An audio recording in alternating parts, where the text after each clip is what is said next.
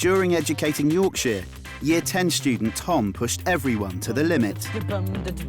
What is it about you that means you always get into trouble? I don't know. Where I am, right, happy. Wanker! That what Neil said that. I were awful. Proper awful. I probably do let a few things go, and I think a lot of staff might look at it and think, well, he should not just been a bit soft on him, I would have kicked him out for that. But when his stepbrother suddenly died, his world was turned upside down. You're not coping. Unable to deal with his emotions, Tom's behaviour spiralled out of control.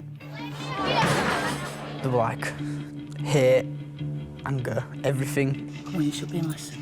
Fuck lesson.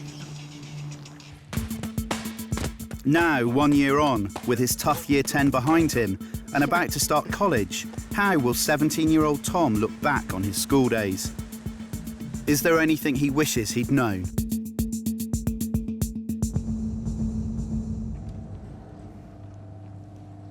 Shut up!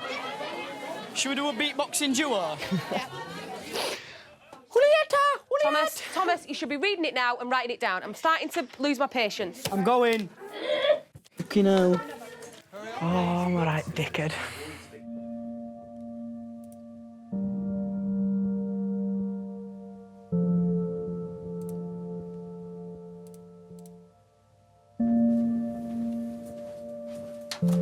Being hellfire.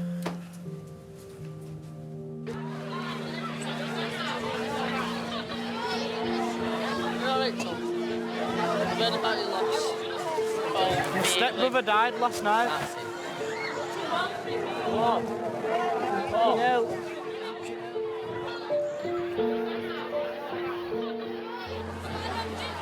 That day was just like the worst day of my life.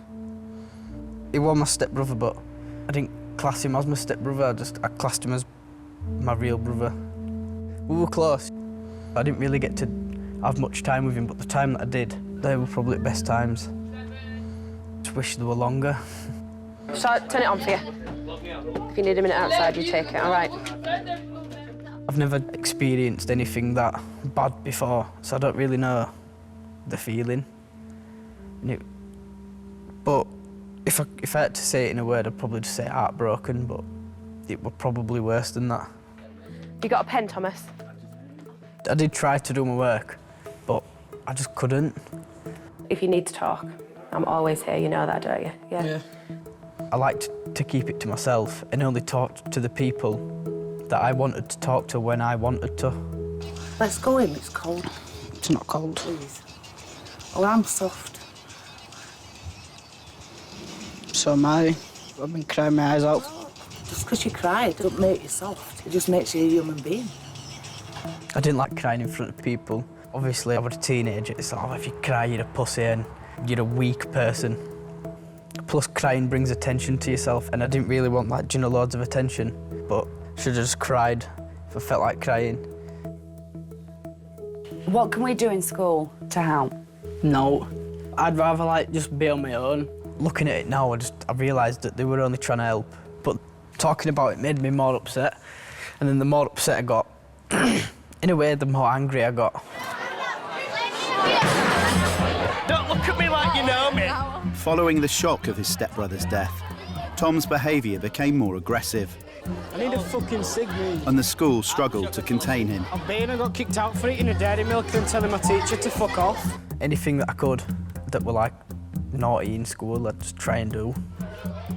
I kind of had to bring other people down to make me feel good. That old bitch, I don't know her name. Whoa!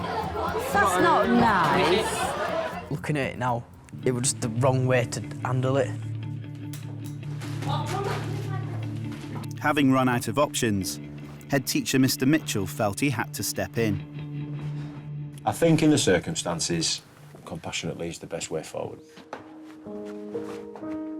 I wanted to be in school, but it was the best thing for me, because if I'd have stayed there any longer, I'd have probably been permanently excluded.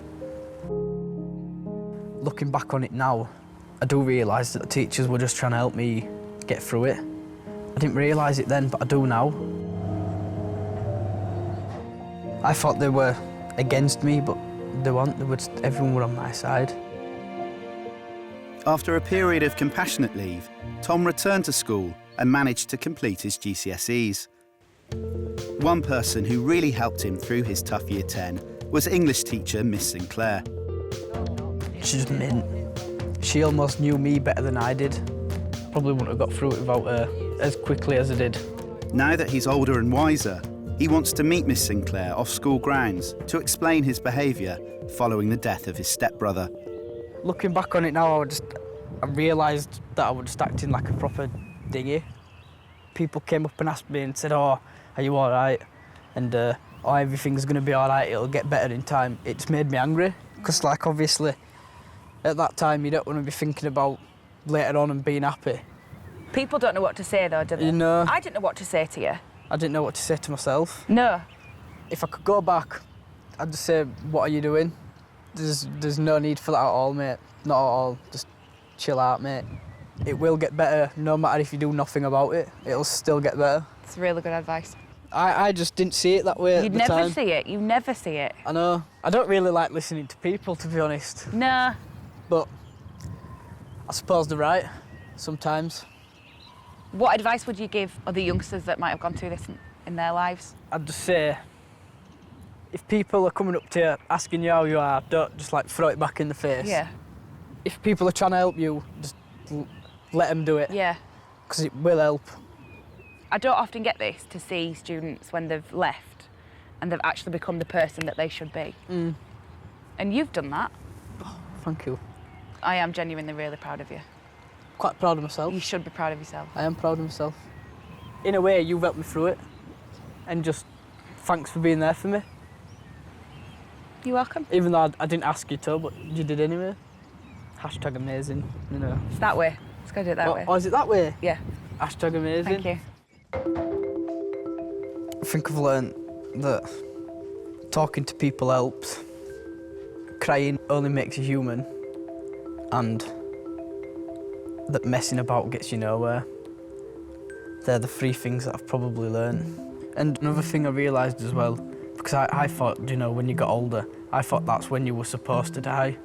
But knowing how young Ryan was, we're only 21, just knowing that you can die at any time in your life, and I just thought I just need to start living it properly. You know, instead of messing about, I need to start trying to make something of myself, because I never know when it's going to happen, do I? You know, it could be tomorrow, but I've just got to start living my life and enjoying it.